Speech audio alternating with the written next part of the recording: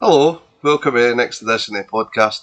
We've got a wee bit of a different edition today because we don't have any guests other than Gary and Carleen, who can't really call guests anymore, so because they're on all the time. So we just thought we'd have a wee bit of a different episode today. There's a lot happened in the last few weeks. Certainly a lot happened in the last couple of days, so just thought we'd all get together and just kind of let you all know what's happening in the club and how you can get involved, certainly over the next 3 weeks. So without any further ado, and you'll see why I'm giggling in a moment. Here's these two nutcases. Alright, folks. Looks like honeybee. How we doing, alright? Good, how are you? Oh, horrible. I'm alright, man. Alright. Lots been going on this week, eh? Very busy as normal. Just another week. Just another normal week. A lot of information to get out, which is a good thing to use this tool to get across to people. Yeah. First of all, a wee bit of an explanation of what happened last week.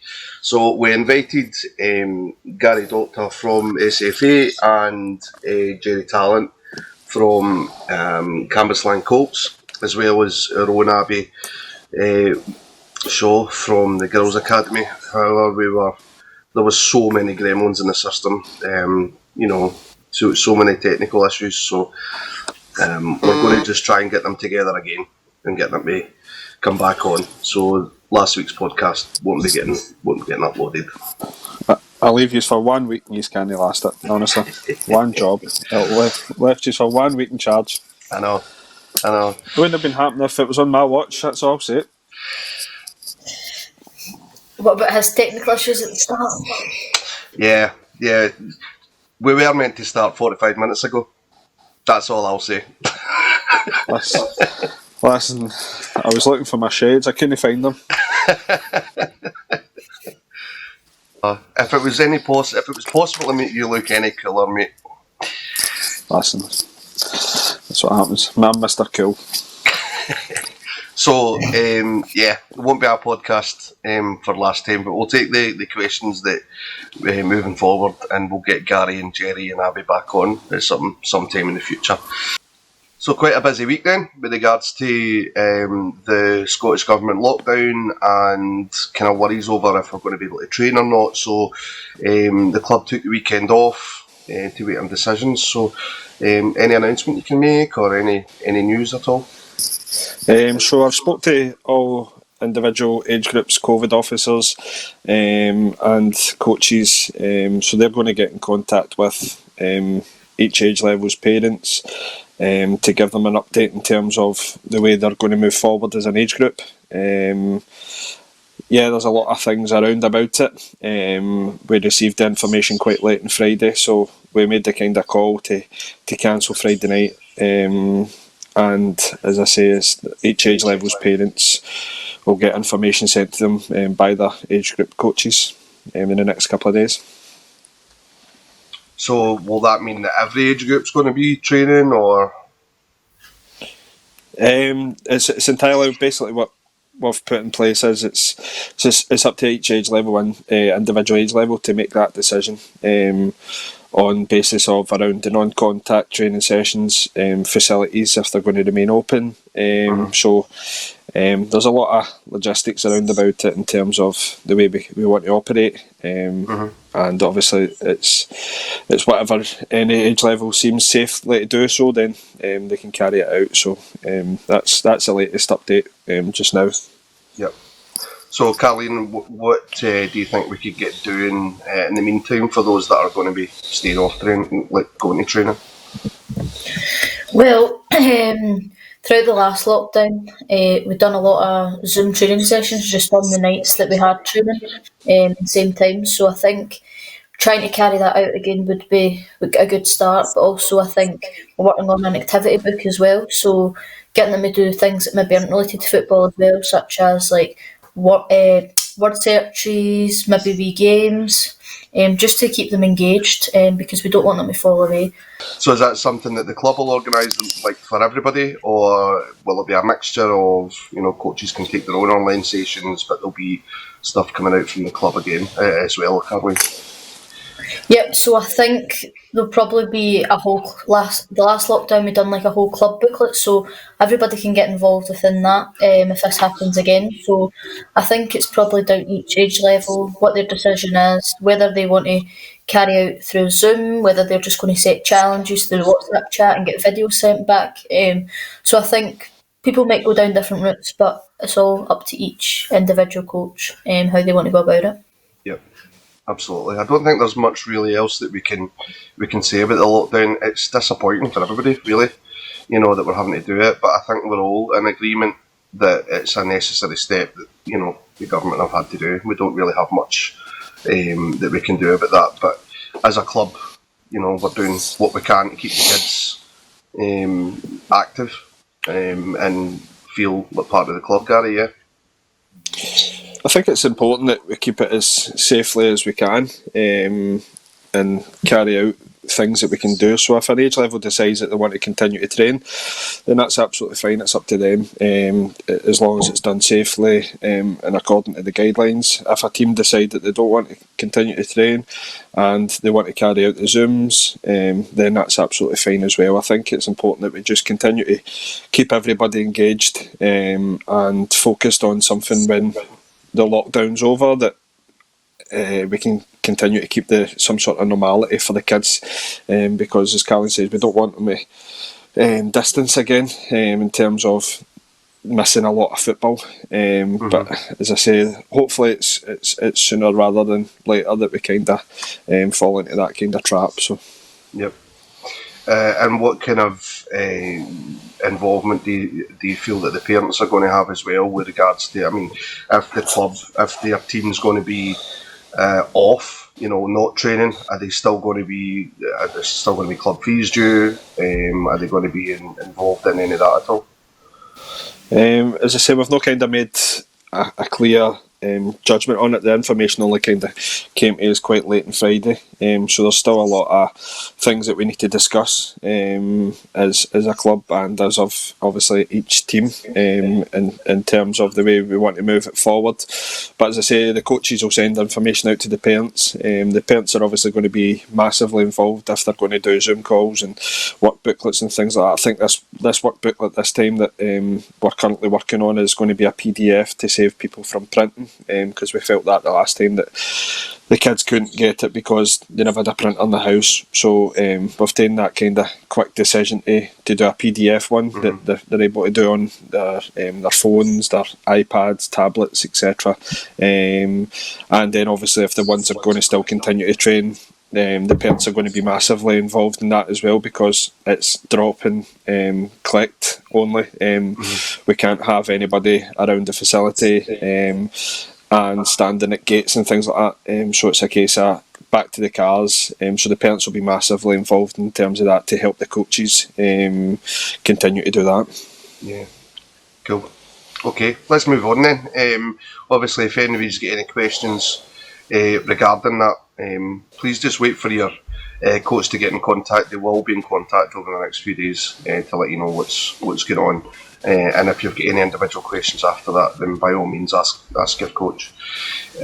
So we've got a wee bit of a new announcement. Last week or a couple of weeks ago, we had announced that we were going to introduce an under-7s team for the Girls Academy in Carleen, but I think we've got a wee bit better than that. Yep, so as I keep saying on every podcast, the Girls Academy just goes from strength to strength every week, and we announced that we were going to have an under-7s, and there's been quite a good interaction with that as well. So we've actually went from an under-9s and under-11s to now we're going to have an under-7s, an under-9s, an under-11s, and now an under-13s. So it's absolutely brilliant. And you can probably see that I'm absolutely buzzing about it, and I think quite a lot of people are as well. So, yep. Yeah, I think we all are. Yep. So, under 13s, we won't be recruiting from scratch though. We won't. So how the girls side of football works is completely different to how boys football works. So boys go within which year they're born. So they'll have, if you're born in 2012, you're in 2012 team. But in girls football, it's under sevens, under nines. So you have to be under the age. So under sevens, for example, you need to be under 7 years old. So you can be 7, but you can't turn 8 within that season. So there's quite a lot of birthdays. I had to look through the spreadsheet, and quite a lot of birthdays overlap which age it is. So quite a lot are going to be moving up one. But all information will come out, and everybody will be made aware of what's going on. But that's the latest. And that probably won't mean a change of training night or a change of time too much at this moment in time.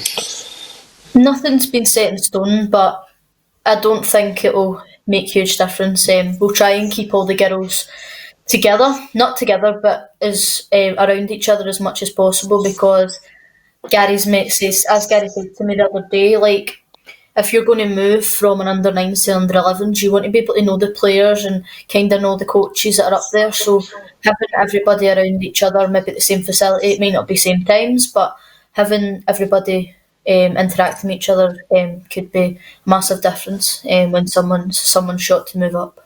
Yeah, because it really does help with the player pathway as well, that when you move up another age group, you know the players that you're interacting with and you're getting involved with, so it's not like going to a completely new team. No, that's not what we want, because in girls football quite a lot of people do fall away, so we want to keep everybody on the right track and keep bringing girls in and putting them on the right path to bigger and better things. And it doesn't necessarily mean either that they're going to have different coaches throughout, because we've got a different plan for the way that's going to go. Is that right? Yep, so not everything's set in stone, but we have, if we say maybe a coach is at the under 9s, we'll try and keep them with the core of players that are going to move up with. So the core of players will move up with their coach that they've had for maybe the last year. So, yep. Brilliant. And Gary, there's another team that's been formed recently from some of the little kickers. You want to explain about that? Yep, so the Little Kickers, we've had lots of kids come to the Little Kickers over the last year. So we've now established a 2015 age group. So we've got a coach in place, and they've been training for the last week and a half. And it's fantastic to see. So we actually managed to get some funding from the Scottish Football Partnership as part of the funding. We had announced that we were going to set up 2 additional age levels, so we went from 2 additional age levels to now 3 additional age levels with that pot of funding. So it's really good. So there's now spaces available at the Little Kickers for the next years to come through. As I say, but it's fantastic to see the club growing again, and obviously the Girls Academies speaking for itself in terms of went from 2 age levels to 4 age levels. So the club is growing really well, and everything seems to be working well together as well. So yeah, all good. Yep. And girls football in general feel as if that's really kicking off. Certainly in Central Scotland, isn't it? I don't think any has thought that it would have attracted so much interest from players, people wanting to come and actually join the club. I think we see with the adverts that we're getting sent out, and the interaction we're getting back from parents showing an interest to come to the club to bring their daughters. It's fantastic to see.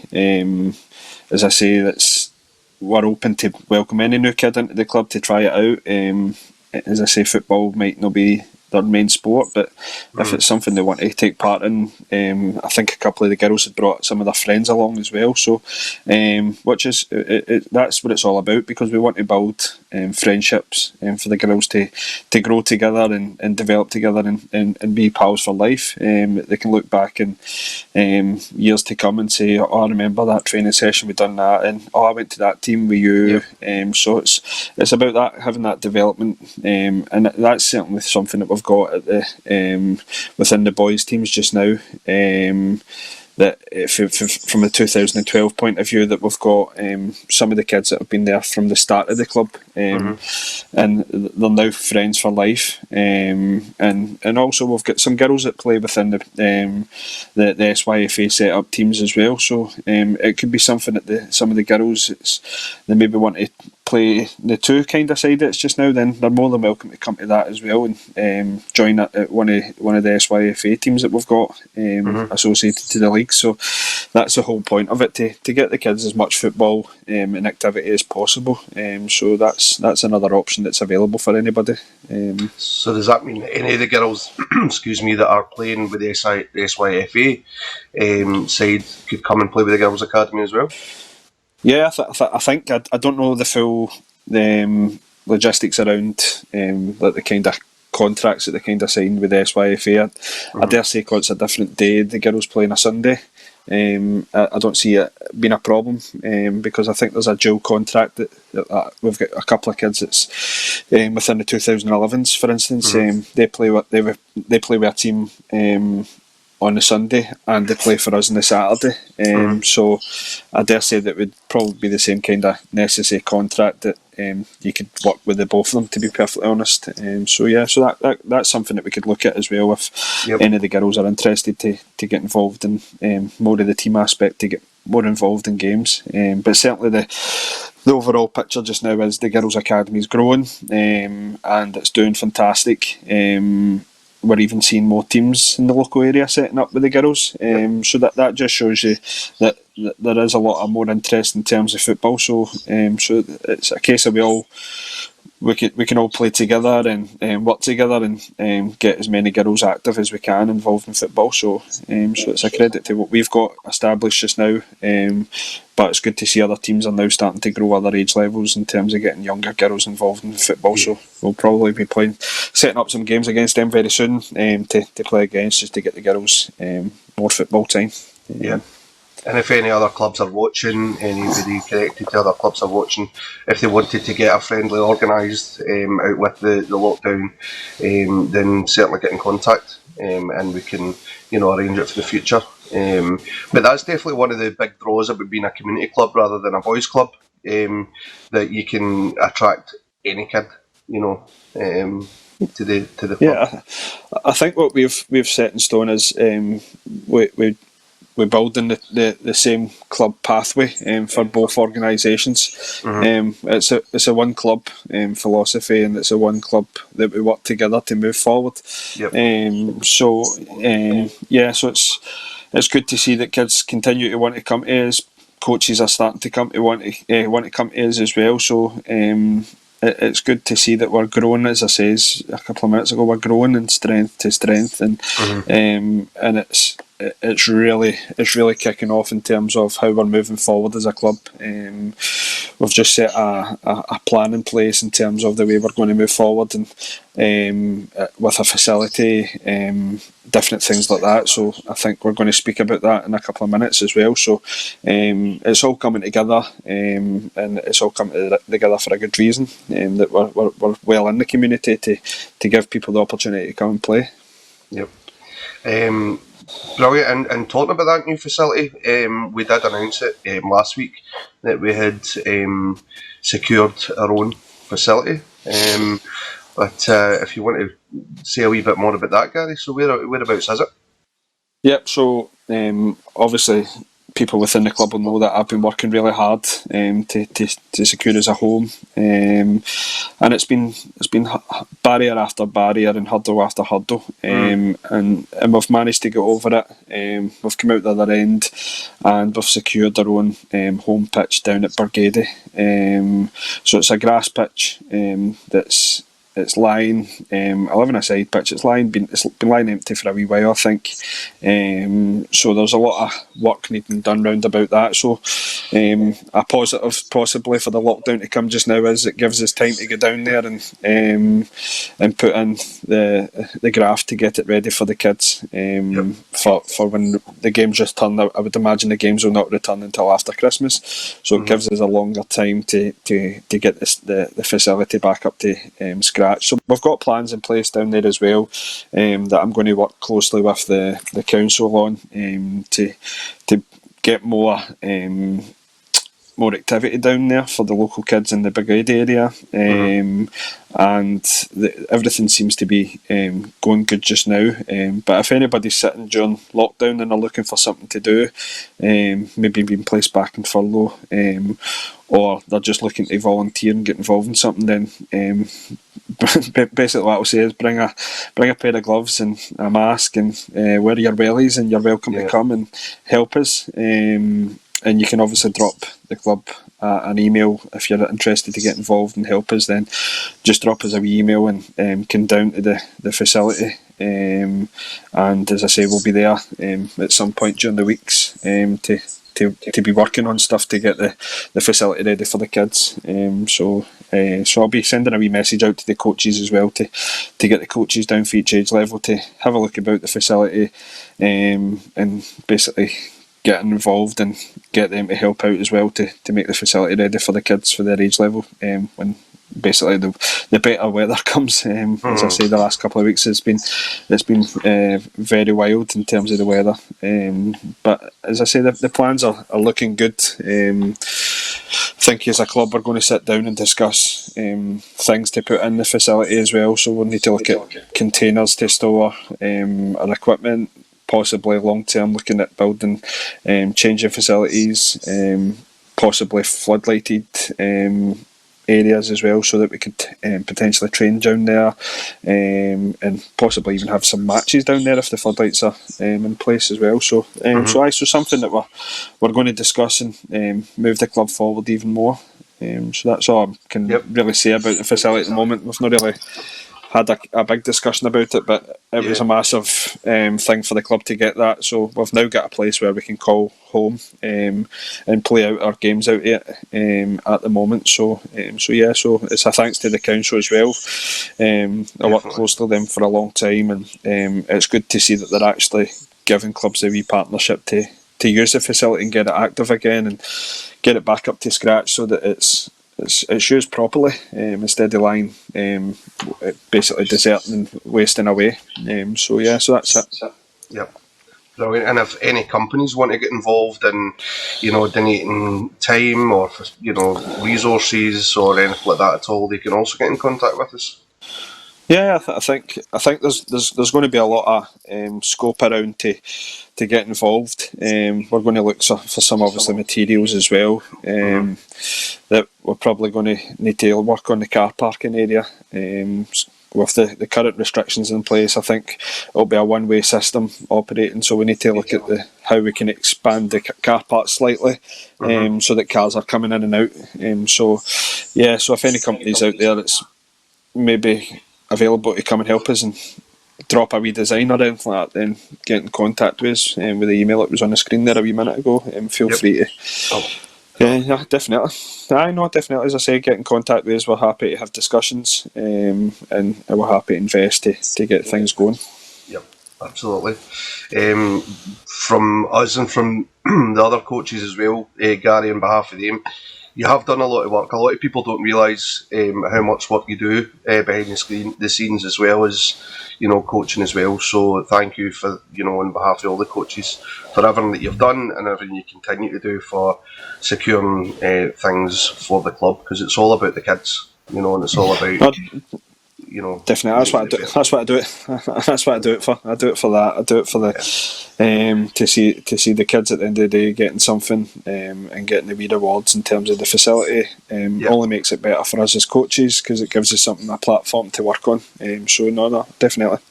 Yep. So moving on, we've been in contact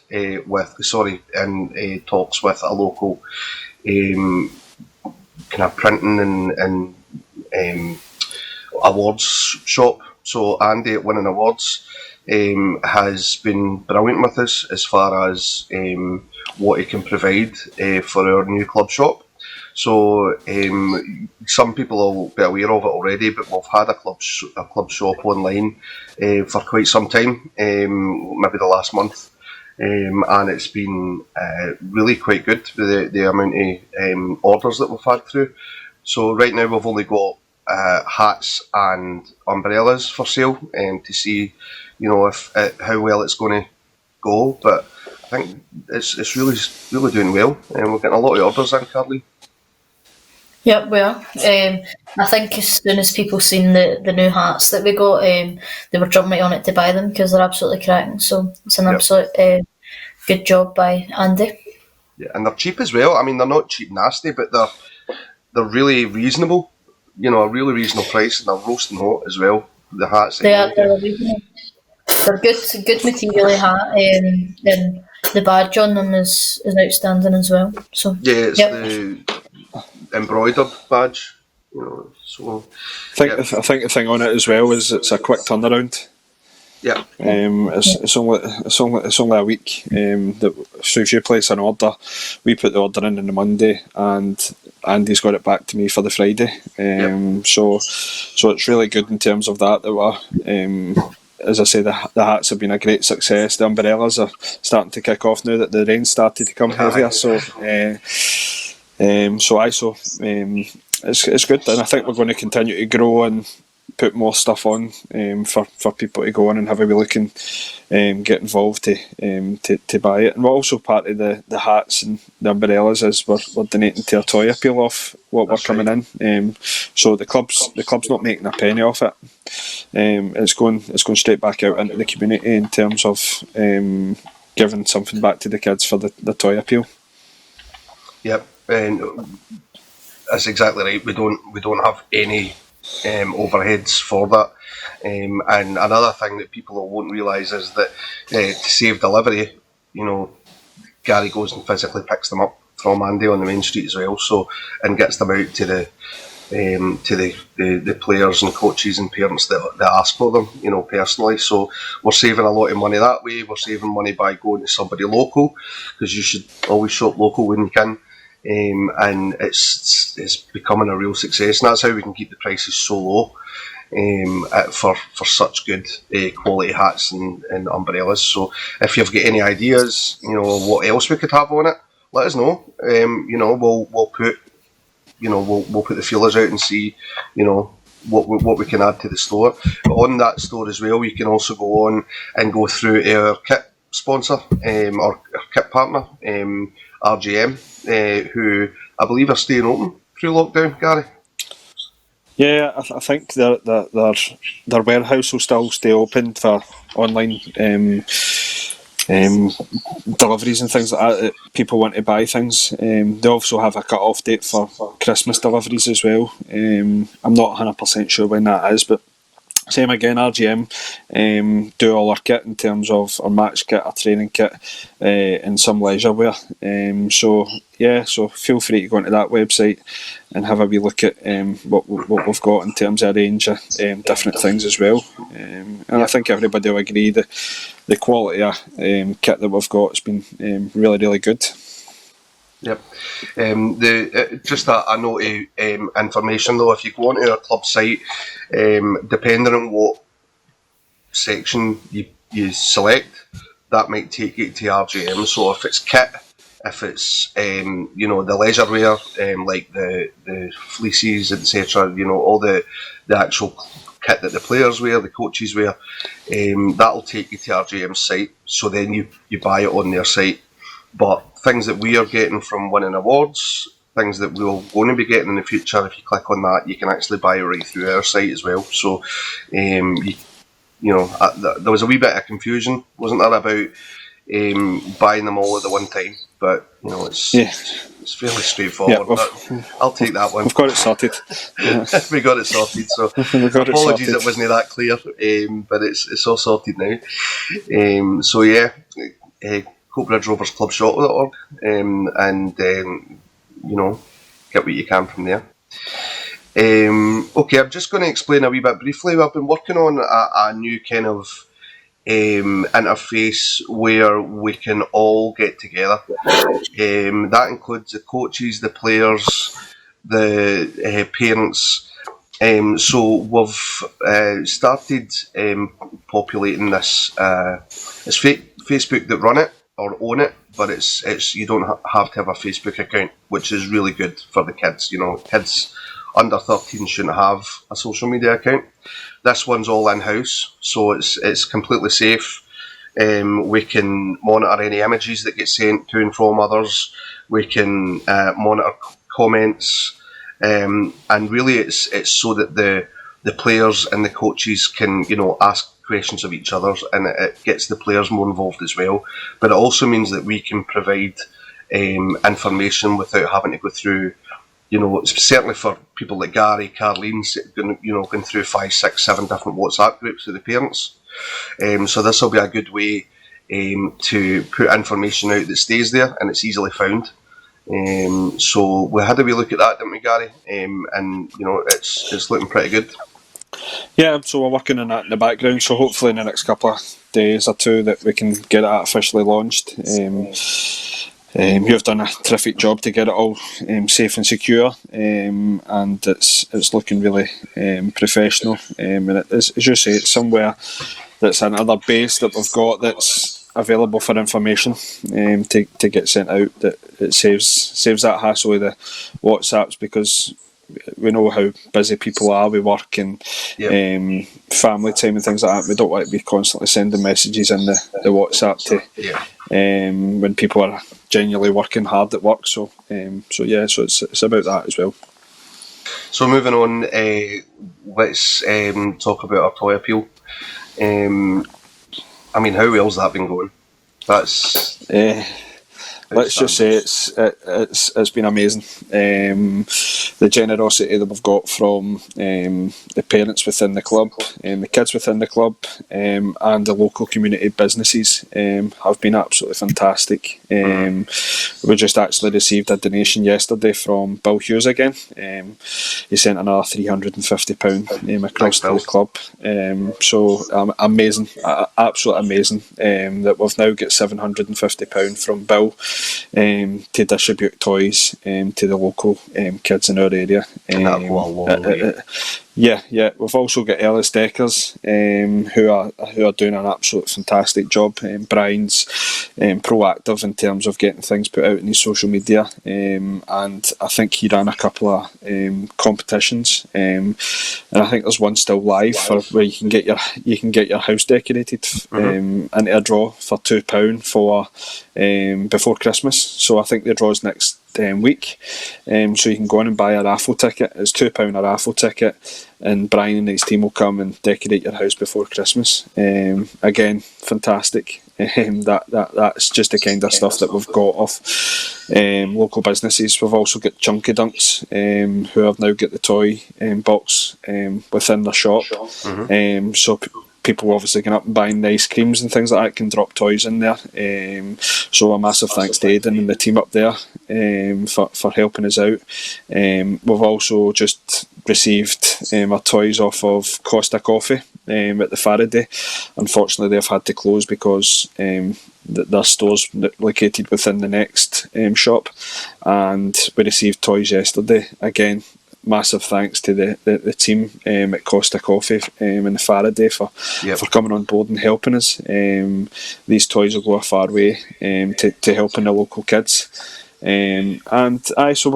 we've had a lot of generosity, and we've now got the 112 deli shop in the main street, who are now going to take our Santa letterbox. So that letterbox is going to be in there for the next couple of weeks, for the kids for the club that got Santa letters to go in, drop off their letter. There's a toy appeal box put in there as well. You can drop toys in there, and while you're in there, grab yourself a freshly made roll or fruit and veg. A fantastic shop. The guys, Chris and the team, have been fantastic in helping us out as well. So it's about all working together and getting things put in place. We've also tied up with Agnes at the baby bank, and we're going to donate 30 bags of kids' baby toys to the baby bank appeal.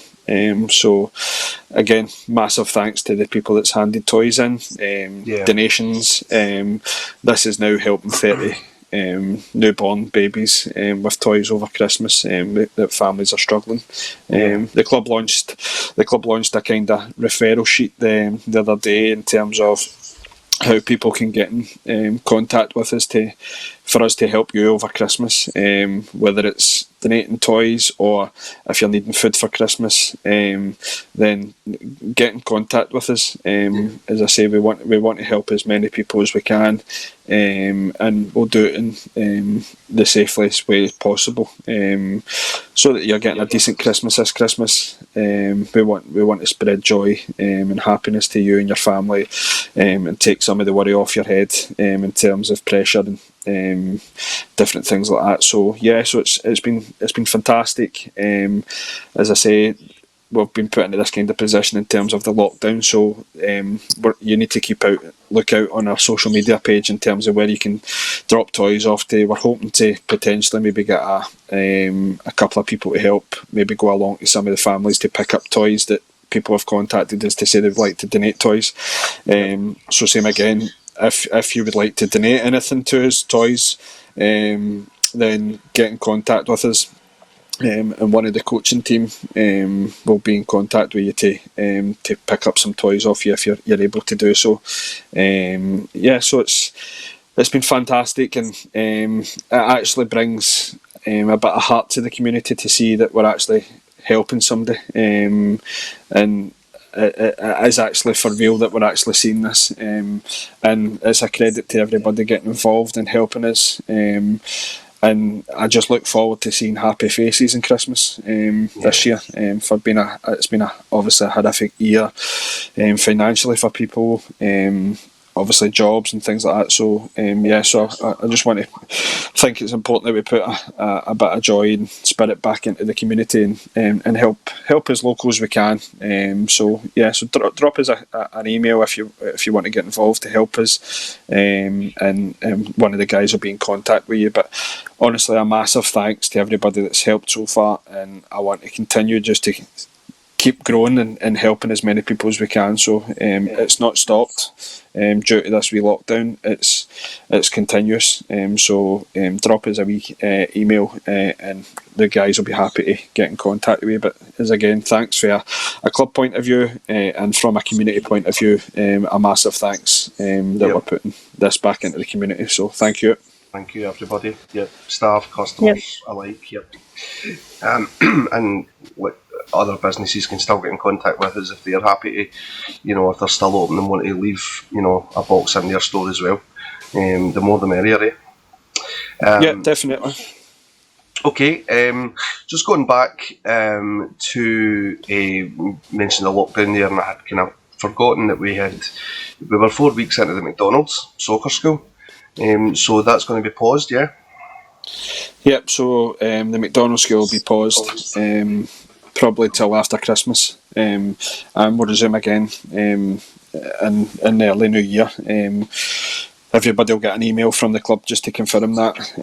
So same again, if you don't receive an email within the next couple of days, it's maybe something we've maybe got the wrong email address or something, then drop the club an email, and I'll forward the information that I'm sending on to the guys, because they're welcome to get involved in terms of other things that we're doing in the club as well, because a few of them are keen to join the club, which is the whole process of the McDonald's project. So definitely. Smashing. Okay, we've been saying for quite a while, in fact since podcast 1, we've got a Christmas song coming, and we're much closer to that as of today. We've got 2 tracks, We Wish You a Merry Christmas and Jingle Bells. So what we're going to do is we're going to send them out to all the parents via email or chat. And you'll download the guide tracks, and basically you and your family, or just the players, whoever, can record yourself singing along to it, and send the voice track back into us. So we'll send you a link of where to get it and where to upload the stuff to, and then after that, that's when the magic happens. So once they've done that, Gary, what's the plan?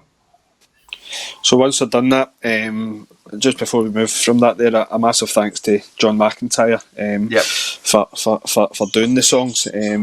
You'll hear them; they're absolutely fantastic. What a singer the guy is. He's not bad, and even during lockdown, he was helping us in terms of keeping the community active in terms of doing live shows online, and he does a lot for charity. And he's also a key worker as well. He works in a care home, so he's been a really, really busy man.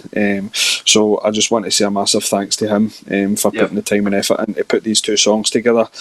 So once the songs are sent back into us, we'll do the magic, put them all together with a little help from Deep Fried Media. And once that's done, we're going to put them out and they're going to be on sale for anybody that wants to buy them. So it'll be a good wee keepsake for memories in terms of what happened in 2020. That your kid or your family was involved in a wee Christmas song to raise spirits again at Christmas time. So it'd be good to get it, and you can sit around your Christmas table when we're having our Christmas dinner always, and we can put that wee song on in the background and we can listen to ourselves singing. And as I say, you know that you've helped somebody in the community by buying this CD, because all proceeds that's going to come through the CD is going straight to a toy appeal. So we're collecting toy appeals right up until the 18th of December as well. I meant to actually say that.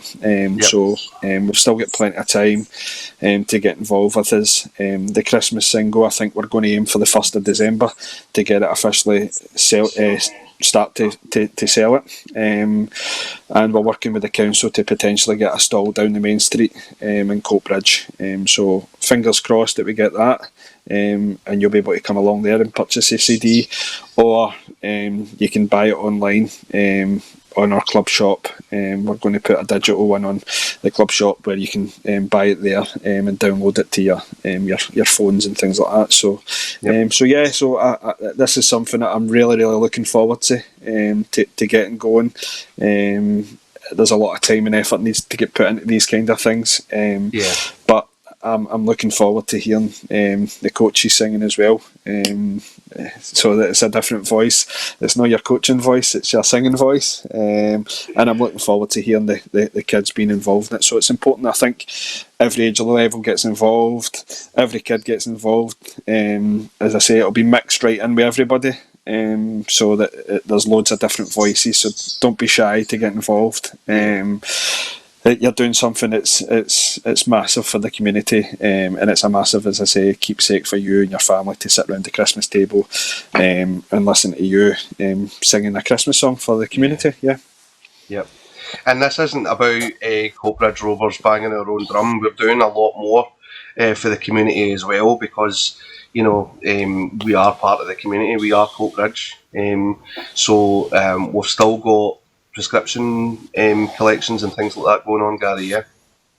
Definitely, yep. So we're still actually doing weekly shopping for people, picking up messages and dropping them off to people's houses. We're still doing the prescription drop-offs as well. So if there's anybody still needing that done, then get in contact with us. The resources are there to get in contact with us, and we're happy to help as much as we can. And if MD's just wanting a general chat and they're maybe struggling, then same again.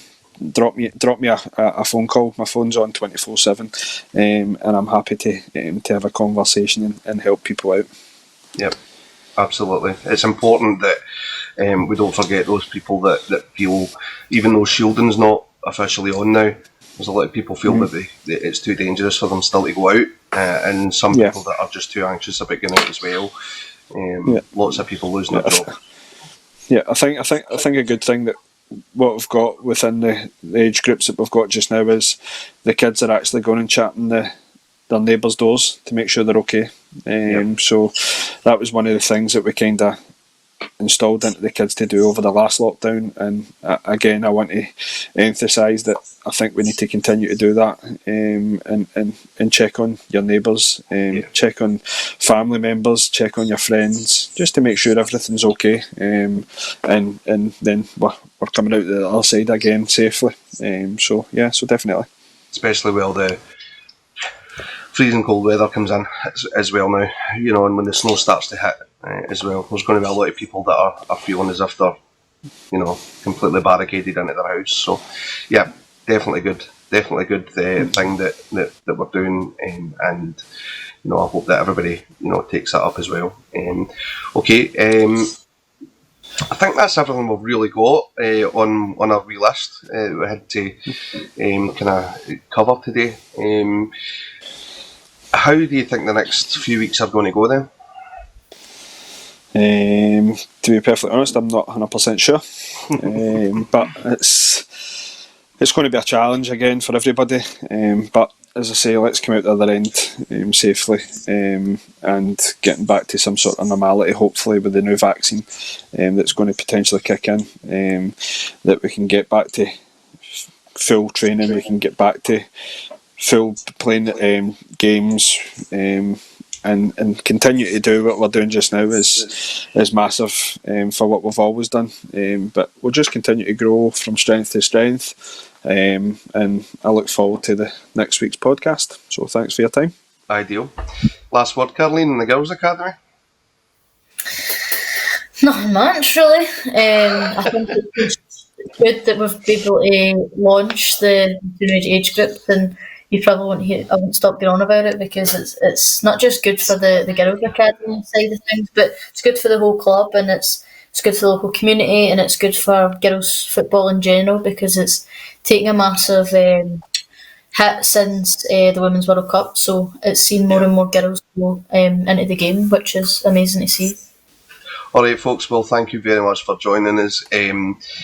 We'll get some more information out in the next week as we find out more. And from what Gary and Carleen were saying, all the new things that we're doing, we'll get in contact with the parents, the coaches. We really want to get as many people involved in the toy appeal as we can. So coaches, if you've got an extra spare minute, now that the maybe training is not on or less frequent, get in touch with Gary or Carleen for the Girls Academy and see how you can get involved in the toy appeal as well, because I think that's one of the most important things just now.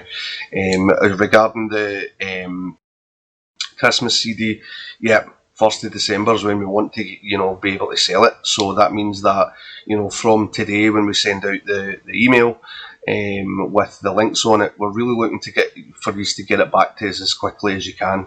We don't want to miss anybody out, but sadly if we get to a couple of days before the 1st and we don't have